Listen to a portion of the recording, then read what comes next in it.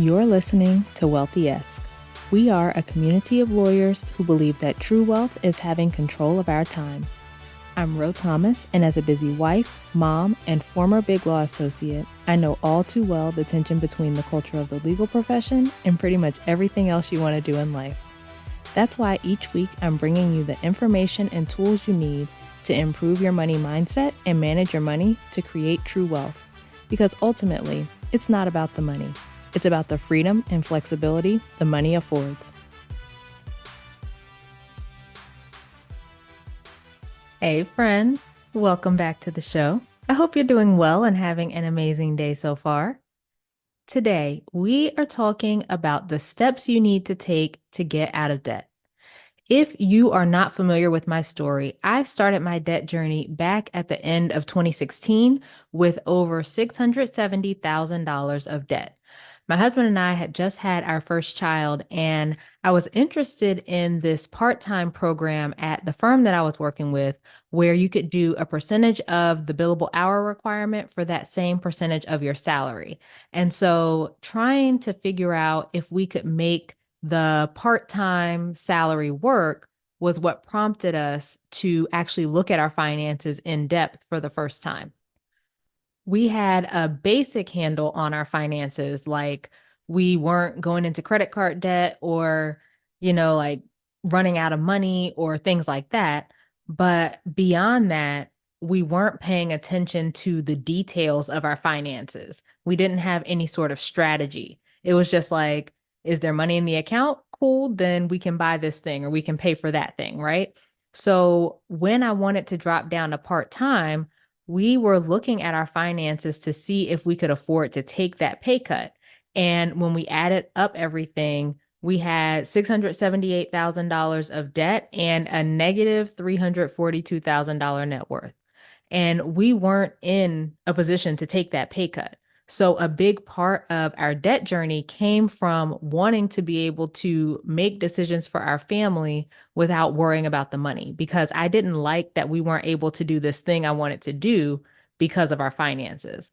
So I started looking up different blogs and listening to podcasts and reading books and all that kind of stuff to figure out how to get out of debt. And I ended up with this strategy that we used.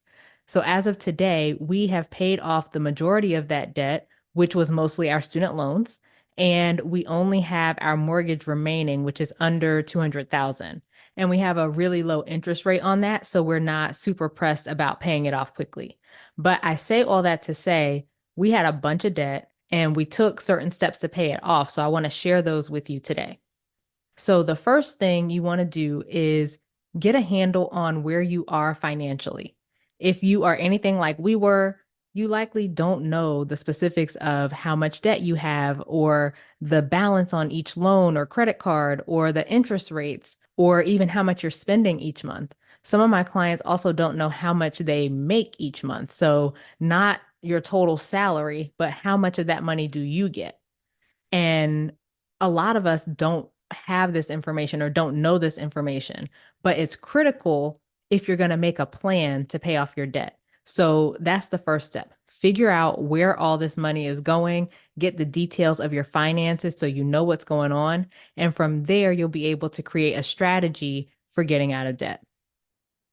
The second step is creating a plan for your money each month that gives you a surplus. So you have money left over each month that doesn't get spent. A lot of times we are spending money and we don't have anything left at the end of the month, or we have very little left. Like going back to my story, when we first started and we looked at everything, we had like $150 left after all of our expenses. And we started using that to make extra payments on our debt. But like I said, we had 678,000. So $150 a month was not really making much of a difference. And so we ended up doing other things to create that surplus that I'm talking about. So my husband got a second job. I sold stuff around the house to bring in more income. And then we also were more intentional about how we used our money throughout the month so we could free up more of it so that we could pay off our debt or use it for extra payments on our debt. So you want to create a plan that gives you a surplus between how much you're making and how much you're spending, because that's the money that you're going to be able to use to pay off your debt with. The next thing is if you don't have an emergency fund, you want to create one. Something that just gives you a little bit of breathing room between you and something going wrong in the month or some unexpected expense popping up. One of the major reasons I see people staying stuck in debt is that when an emergency comes up, they don't have money available to handle it. So then they end up putting it on a credit card. And when that happens, then you can't make progress on your debt, right? Like what'll happen is they'll pay off a credit card or pay a credit card down, but then some emergency, some unexpected thing comes up. They don't have the cash, they put it back on that same credit card. So you want to have some money set aside in an emergency fund that allows you to be able to cover things like that, like to cover unexpected expenses, to cover emergency things that come up without having to rely on your credit cards to do it, because it's really hard to dig out of debt when you are racking up more debt in the process. All right, next, once you have an emergency fund in place, you're going to start paying on your debt. Because you have all the details of your debt readily available, like we talked about earlier, you're going to be able to make strategic decisions about how you pay that debt off. So you can decide which ones are more important to you to pay off first and which ones you're okay with leaving be, right? So, for example, some of my clients will be like, I really care about these two credit cards. Like, I really hate these and I want to get them gone, but I'm okay with my student loans or whatever the case may be.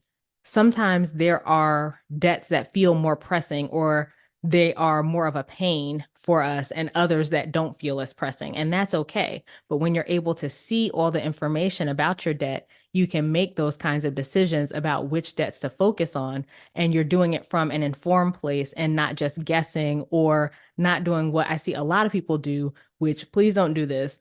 Like, don't pay a little bit extra on all the debt, right? That's something that I see a lot and it's a big mistake. So we want to be strategic, which means you want to focus on one debt at a time. And you can focus on whichever one is most important to you, or you can follow one of the common debt strategies like the debt snowball or the debt avalanche. But the reason you do that, focus on one at a time, is because you're going to get so much further doing it that way. So you're going to be able to pay the debt off faster. So you no longer have that minimum payment once you pay that debt off. And so now your monthly expenses are lower. And then you can use that money to pay off another debt or for other goals you have or other things that you need in your life. So focusing on one debt at a time allows you to make much faster progress and helps you to improve your finances along the way. So those are the steps to get out of debt. Get a good picture of what's going on with your finances. Create a plan so that you have a surplus each month. Build up an emergency fund so you don't have to rely on debt and end up negating any progress you make with your debt. And then use the info that you collect about your finances to make informed decisions, strategic decisions about which debts you're going to pay off so you're not just throwing spaghetti at the wall to see what'll stick. And by following this plan, you're going to make faster progress, which is going to keep you motivated to keep going and ultimately pay everything off. And listen, if you are serious about getting out of debt and you want guidance on executing the plan I just gave you, enrollment for my 6-month group program, the Wealthy Yes Group, is opening on June 17th.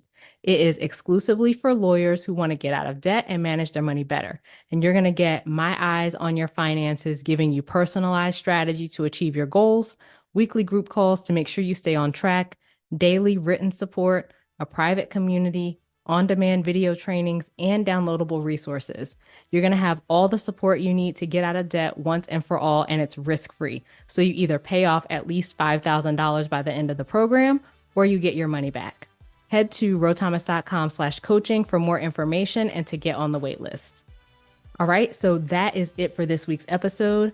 Please share this episode with a friend who you think would find it useful so we can get this information in the hands of more lawyers. I greatly appreciate your support. And as we close out, friend, I pray that you take the information you learn here, apply it in your life, and open up to the realization that wealth is available to you. As you do that consistently, week after week, you'll continue to take steps to regain control of your time, build wealth, and live the life of freedom and choice you deserve. Talk to you later.